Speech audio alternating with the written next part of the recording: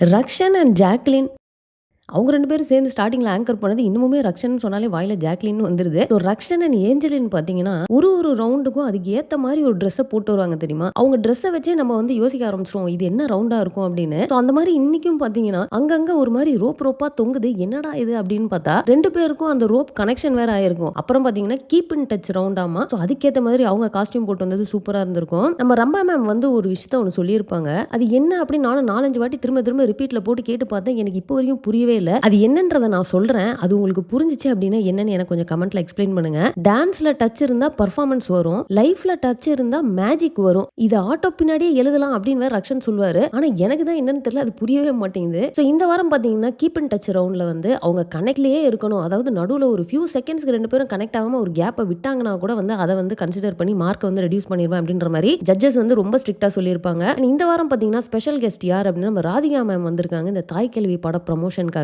அவங்க ஒரு சூப்பரா ஒரு பாயிண்ட் சொல்லியிருப்பாங்க. Keep in touch round. ஓ இதான் கான்செப்டா? அப்ப அவங்க 2 பேரும் வந்து கட்டி பிடிச்சி சும்மா உருண்டுட்டே இருந்தா நீங்க மார்க் போட்டுருவீங்களா அப்படின்ற மாதிரி கேட்டிருப்பாங்க. ஸோ ஃபர்ஸ்ட் யார் பெர்ஃபார்ம் பண்றாங்க அப்படின்னு பாத்தீங்கன்னா சாஹத் அண்ட் சஷாங்க் தான் வந்து பெர்ஃபார்ம் பண்றாங்க. அவங்க பெர்ஃபார்மன்ஸை பார்த்துக்கிட்டு இருக்கப்போ நடுவில் திடீர்னு எனக்கு டவுட் ஆயிடுச்சு. ஒருவேளை நம்ம 1.5x வச்சு வீடியோவை பார்த்துக்கிட்டு இருக்கிறோமா அப்படின்ட்டு போயிட்டு நான் ஸ்பீடெல்லாம் செக் பண்ணிட்டு வந்தேன். ஏன்னா அவ்வளோ ஸ்பீடா பெர்ஃபார்ம் பண்ணிட்டு இருந்தாங்க. ஸ்பீடா இருந்தாலும் ஒரு மாதிரி ஷார்ப்பா நல்லா இருந்தது. அவங்க எடுத்த கான்செப்ட்மே நல்லா இருக்கும். ஸோ அவங்க கனெக்ஷன் கீப் இன் டச் அப்படின்னா என்ன கனெக்ஷன் அப்படின்னு பாத்தீங்கன்னா செயினை வச்சு 2 பேர் கையுமே வந்து கனெக்ட் பண்ணியிருப்பாங்க. ஸோ த்ரூ அவுட் வந்து அதை வச்சுக்கிட்டே இவங்க எல்லாம் அந்த மாதிரியான ஸ்டன்ஸ்லாம் பண்றது வந்து எப்படி பண்றாங்கடா அப்படிங்கிற மாதிரி இருந்தது. ரொம்பவே டஃபா இருக்கும் அது கண்டிப்பா. சாகத் பார்த்தீங்கன்னா பேக் பெண்ட் பண்ணிட்டு அப்படியே அந்த ஹெட்டை அப்படியே தேய்ச்சிட்டே போயிட்டு படுப்பாங்க தெரியுமா? அதுக்கப்புறமா நம்ம சஷாங்க் வந்து அந்த வெறும் அந்த செயினை மட்டும் வச்சு அப்படியே இழுப்பாரு. இவங்க அப்படியே ஸ்பின் ஆகி மேலே அவர் பிடிக்கிற மாதிரி இருக்கும். அது செம்மையா இருந்திருக்கும் பார்க்கறதுக்கு. அண்ட் சஷாங்க் பார்த்தீங்கன்னா அந்த செயினோட கேப்ல அப்படி ஜம்ப் பண்ற மாதிரி ஒரு ஸ்டெப் ஒன்று இருக்கும். அண்ட் நடுவில் வந்து அந்த நீ மூமெண்ட்ஸ் மாதிரி கொஞ்சம் பண்ணியிருப்பாங்க. அதெல்லாம் சூப்பரா இருக்கும். அண்ட் சாகத் வந்து ஒரு பெண்டு அதுக்கு மேலே வந்து ஃபிளிப் அப்படிங்கிற மாதிரி இவங்க எக்கச்சக்கமான ஸ்டன்ஸ் வந்து பண்ணியிருப்பாங்க.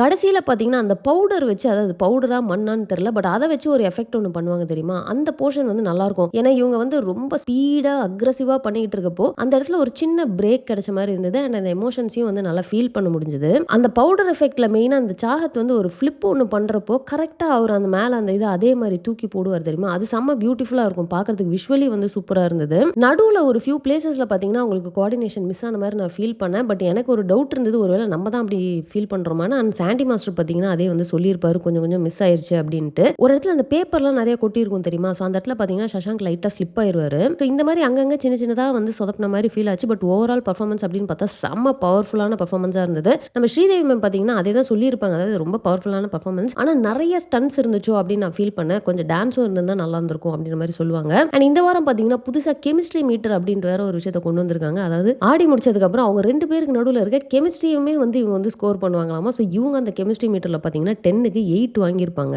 ஸோ இவங்களோட பர்ஃபார்மன்ஸுக்கு பார்த்தீங்கன்னா ஜட்ஜஸ் வந்து கிரீன் லைட் தான் கொடுப்பாங்க. ஸோ இவங்களோட பர்ஃபார்மன்ஸை நீங்கள் பார்த்துட்டீங்களா? உங்களுக்கு பிடிச்சிருந்ததா என்ன அப்படிங்கிறத மறக்காம கமெண்ட்ல போட்டுருங்க. அடுத்து பார்த்தீங்கன்னா ஷர்மி அண்ட் ஜெபினோட பர்ஃபார்மன்ஸ் அவங்க வேற லெவல் வெறித்தனமான பர்ஃபார்மன்ஸ் ஒன்று பண்ணியிருப்பாங்க. அது என்ன அப்படிங்கிறத இன்னொரு வீடியோவில் நான் ரிவ்யூ பண்ணி போடுறேன். மிஸ் பண்ணாம பார்த்துருங்க. இந்த வீடியோ உங்களுக்கு பிடிச்சிருந்தா லைக் பண்ணுங்க, உங்க ஃப்ரெண்ட்ஸ் எல்லாருமே ஷேர் பண்ணுங்க. மறக்காம சேனலை சப்ஸ்கிரைப் பண்ணி என்ன சப்போர்ட் பண்ணுங்க. தேங்க்ஸ் ஃபார் வாட்சிங். Bye by.